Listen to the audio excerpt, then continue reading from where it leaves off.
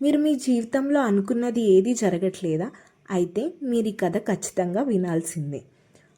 పూర్వం ఒక రాజు ఉండేవాడు. ఆ రాజుకి వేటాడడం అంటే ఎంతో ఇష్టం. రాజు తన మంత్రిని పిలిచి వేటకు సిద్ధం చెయ్యి అని చెప్తాడు.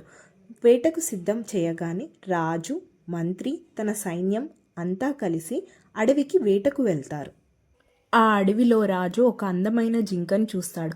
జింకను చూసిన రాజు తన బాణాన్ని ఎక్కుపెట్టి సంధించే సమయంలో అనుకోకుండా ఆ బాణం తన బొటనవేలుకే తగిలి తన బొటనవేలుని కోల్పోతాడు. బొటనవేలుని కోల్పోయిన రాజును చూసి మంత్రి ఇలా అంటాడు, రాజా, మీరేం చింతించకండి, ఏం జరిగినా అంతా మన మంచికే.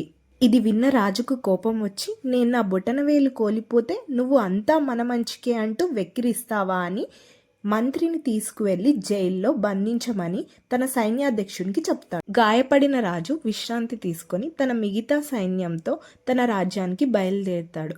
ఆ సమయంలో కొందరు అడవి మనుషులు రాజుని, తన సైన్యాన్ని చూస్తారు. అయితే ఆ అడవి మనుషులు తమ ప్రాంతానికి వేరే ప్రాంతం నుంచి ఎవరైనా కొత్తవారు వస్తే వాళ్ళని తమ దేవతకి బలిగా ఇస్తారు. కానీ ఈ బలిలో ఒక నియమం ఉంటుంది. బలిచ్చే వ్యక్తికి తన శరీర భాగాల్లో అన్ని భాగాలు ఖచ్చితంగా ఉండి తీరాల్సిందే. బలివ్వబోయే రాజుని పరిశీలించగా రాజుకు బొటనవేలు లేదన్న విషయాన్ని గమనించి అడవి మనుషులు రాజుని విడిచిపెట్టేస్తారు. సంతోషంగా తన రాజ్యానికి తిరిగి వెళ్ళిన రాజు తన సైన్యాధ్యక్షుడితో మంత్రిని జైలు నుంచి విడిచిపెట్టమని చెప్తాడు.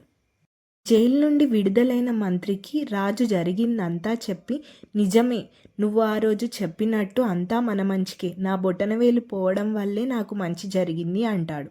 కానీ అలా చెప్పడం వల్లే నువ్వు ఈరోజు జైల్లో ఉన్నావు, మరి నీకేం మంచి జరిగింది అని అడుగుతాడు. రాజుగారి ప్రశ్నకు సమాధానం ఇస్తూ మంత్రి అంటాడు, రాజా, ఆ రోజు నేను మీతో పాటు వచ్చినట్టయితే నన్ను బలిచ్చేవారు, ఎందుకంటే నాకు అన్ని శరీర భాగాలు ఉన్నాయి.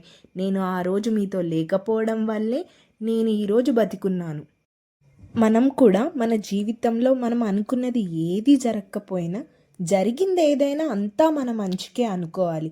అప్పుడే మనం లైఫ్లో చాలా హ్యాపీగా ఉంటాం.